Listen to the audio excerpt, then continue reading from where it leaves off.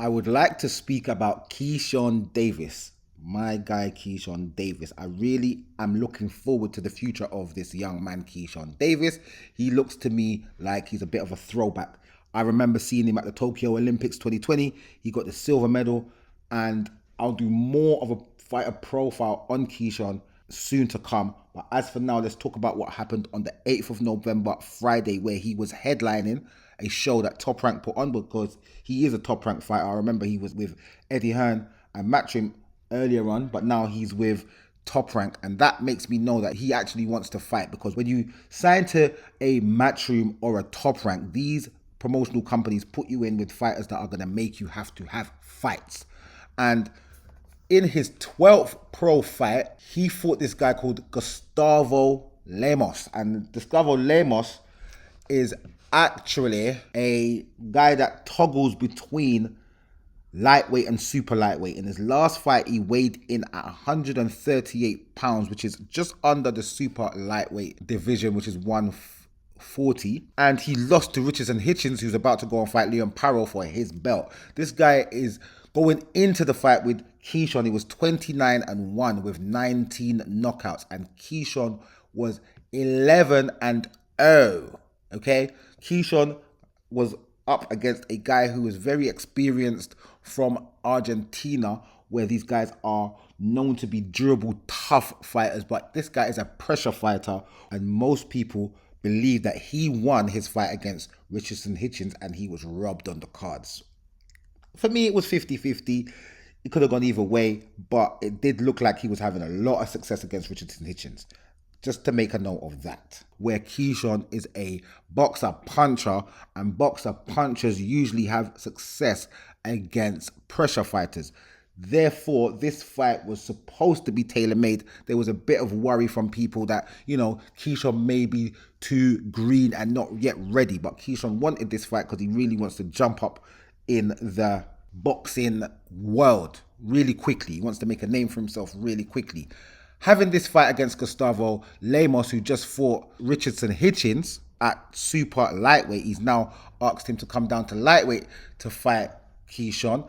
And this guy said, okay, I'm going to come down and fight you, but I'm not going to make the weight. I can't be bothered. I'm not into this making the weight thing. I'm just coming in at whatever weight I want to. He ended up weighing in at 141 pounds. So he weighed in for Richardson Hitchens at 138 for a 140 fight.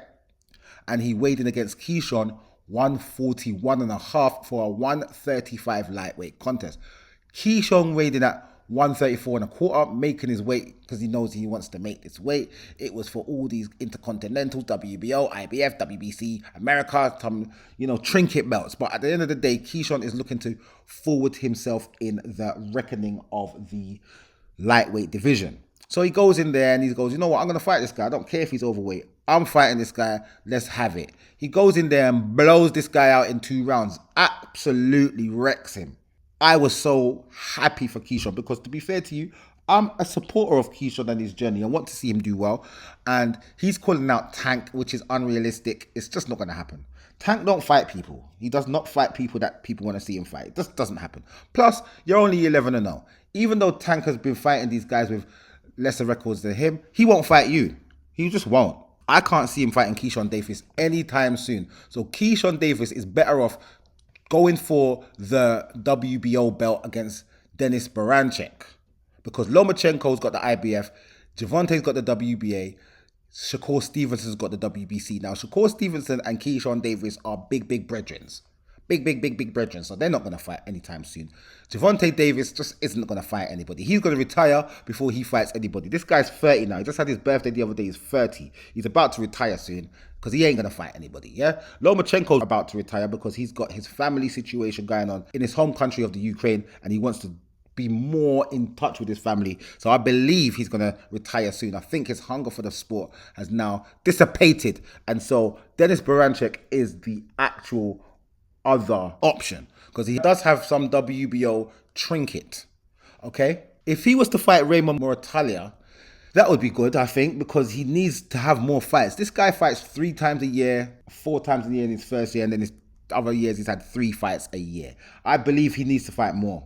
He needs to have 5 fights a year. When you're in these early stages of your career as a pro, I believe you're supposed to have at minimum 5 fights for the year. But that it doesn't happen anymore in this day and age. It just doesn't happen. So you going along with this 3 fights a year situation, I think he should even try and fight this Raymond Moratalia before he goes up there and fights for a world title. In the WBO rankings, William Cepeda is number 1, but he's about to fight Shakur Stevenson. He's also number 1 in the WBC rankings and in the WBA rankings, but he's supposed to be having this fight with Shakur Stevenson early next year in 2025. So he's kind of out of the way in terms of having a fight right now. And then above him is Raymond Moratalia. With that being said, I believe he should have that Raymond Moratalia fight to get him out of the way so that he's got a clear passage to Denis Beranchyk, who should actually be very much up for this fight. Even though he's very much more experienced than Keyshawn, I think Keyshawn's skills are ready for him to have a title fight, even though he's only had 12 fights so far in his career. I want to see him beat someone like Raymond Moratalia and even fight more guys. Have some more fights, man. Some more bring-along fights. But they're going to rush him into this fight. But once you turn champion, I realize these days, once you turn champion, then you stop fighting a lot. You start, even if you're fighting 3 times a year, you start fight once a year as a champion. It's ridiculous to me. But I want to see what happens with Keyshawn Davis. He looks like he's hungry. He's young still. He's very young in the game, 25 years old. So with that being said, this is his time when he's supposed to be having plenty fights a year. 5 fights, 6 fights a year. And this will also help you stay in the minds of the crowd, of the boxing fans, and get your name up. And then people will really start to push for you to fight the likes of Tank, Davis, and these guys. So really and truly, I need you to have more fights, and more fights. But we'll see what happens. He's with Top Rank, so he will get good fights. Raymond Moratalia is the guy you should fight next, in my opinion. And then you go for a Beranchyk, and then you go for a title fight, even though I still think it's too early. I think you should get yourself 15, 16 fights before you fight for a world title. That's my opinion. But obviously you want to fast track and rush yourself into that world title contention or that world title fight, and you do seem to have the skill for it. This is supposed to have been a very hard test for you, but it's a pressure fighter, so he really is tailor-made for you to beat him. Have a fight with a pure boxer. Have a fight with a boxer puncher like yourself. Get these fighters out of the way. You're fighting a lot of pressure fighters. It's making you look good. Fight someone who's going to give you a challenge like a pure boxer. Fight someone who's a pugilist specialist. We've got to find someone like that for you. I don't know if Moratalia is like that. I'm sure Moratalia is more boxer puncher pressure fighter. Beranchyk is more boxer puncher pressure fighter. And these guys are tailor-made for you. But we'll see what happens going forward. Well done for winning your fight on Friday the 8th of November 2024. It was a good display. It was a very, very good display. Very good display of your prowess of knocking man out. And this is what the fans want to see, people getting knocked out. Pressure fighters are there for you to knock them out. And you've done your job.